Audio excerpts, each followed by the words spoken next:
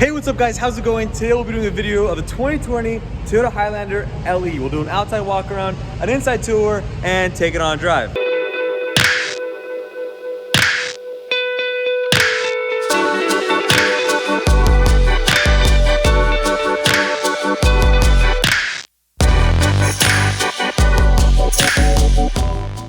Before we get into the rest of this video, I just want to give a huge shout out to Carson Toyota for providing me with this car to review. They're one of the largest dealerships in SoCal and can help you find the Toyota you are looking for. I'll link all their contact information below. Be sure to give them a call if you have any further questions on Toyotas.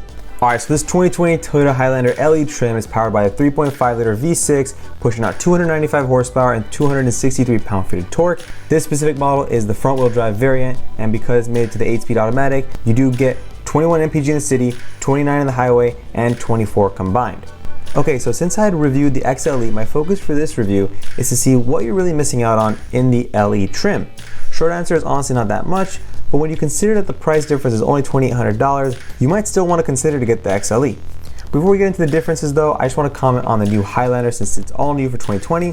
This specific Blizzard Pearl looks great in the new body style, and overall I think this body is a lot more sleeker. And the interior redesign is also very modern, and I'll get into that in a little bit. Starting off with exterior, you get painted alloy rims instead of machine finished options that are in the XLE. There are no sunroofs available, as well as roof rails, and although this one does have the mud guards, it was an option and does not come standard as it does in the XLE. Going on the inside, I don't really care to hear that you don't get chrome trimmed door handles, but the three biggest features you miss out on here is the Qi wireless charging, the 7-inch gauge cluster display. In this one you get the 4.1-inch, which is also really good, but just it's not that 7-inch display, and the leather seats. And I'll talk about the fabric seats a little more in the drive.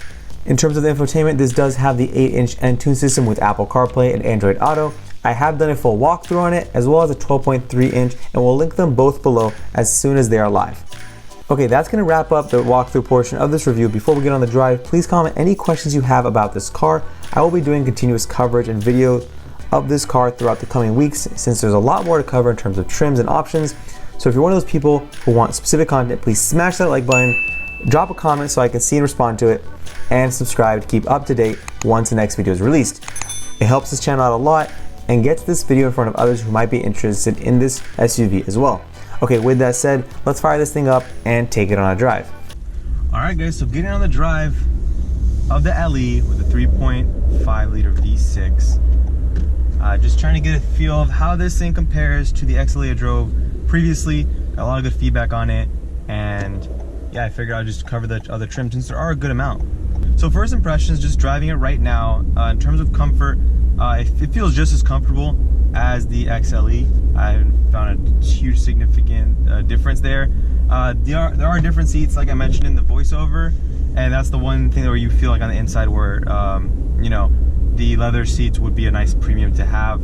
But in terms of every other fit and finish, the leather steering wheel is a very nice touch. There are soft materials all around the cabin, and it does feel good on the inside, despite not having the leather seats. So you do have the sport mode and everything. I'm going to go into sport mode here, and it gives you that sport mode indicator, and I'm just going to roll on it.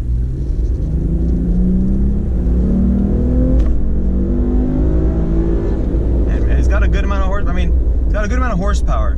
So even though this is the front wheel drive variant, day-to-day driving, you're going to have enough pulling power to get up on the freeway, to merge with traffic, and to pass when needed. Then if I go down into Eco, you notice immediately that your throttle response really just holds back. It's a little laggier there, just to save on gas. It upshifts really quickly for you to save on that MPG and pick the highest gear possible, while still delivering you sufficient power for daily driving. So if I do kick down on it, it will take some time to downshift, but it's just because it needs to make sure that you want the power in order to efficiently shift to the appropriate gear. You do have your own manual shifting mode, and this will still perform the same regardless of what driving mode you're in, which is a nice to have. In terms of visibility, I do like the frontwards view. You do have that little divot inside the hood, which I think is unique. Usually I feel like it's inverse, and you have like a bulge in the middle, and then it tapers down on the sides. Here it does the opposite, and I think it's cool. It gives you good depth perception, honestly, and I think it's important when parking and driving this in smaller confined spaces. One thing I do want to note while I'm driving it, and I mentioned in the voiceover, is the Toyota Safety Sense 2.0. To talk a little bit more about it, it's that it does have traffic or speed limit sign. It actually detects it, and it'll put it up on the center display that you see here. So that's a nice feature to have. And on top of that, you get the lane keep assist, your forward collision detection, your adaptive cruise control, which is full speed, full range of speed, so it doesn't stop at like 20 miles per hour. It does go all the way down to 0 miles per hour, which is nice for when you're on the freeway in traffic.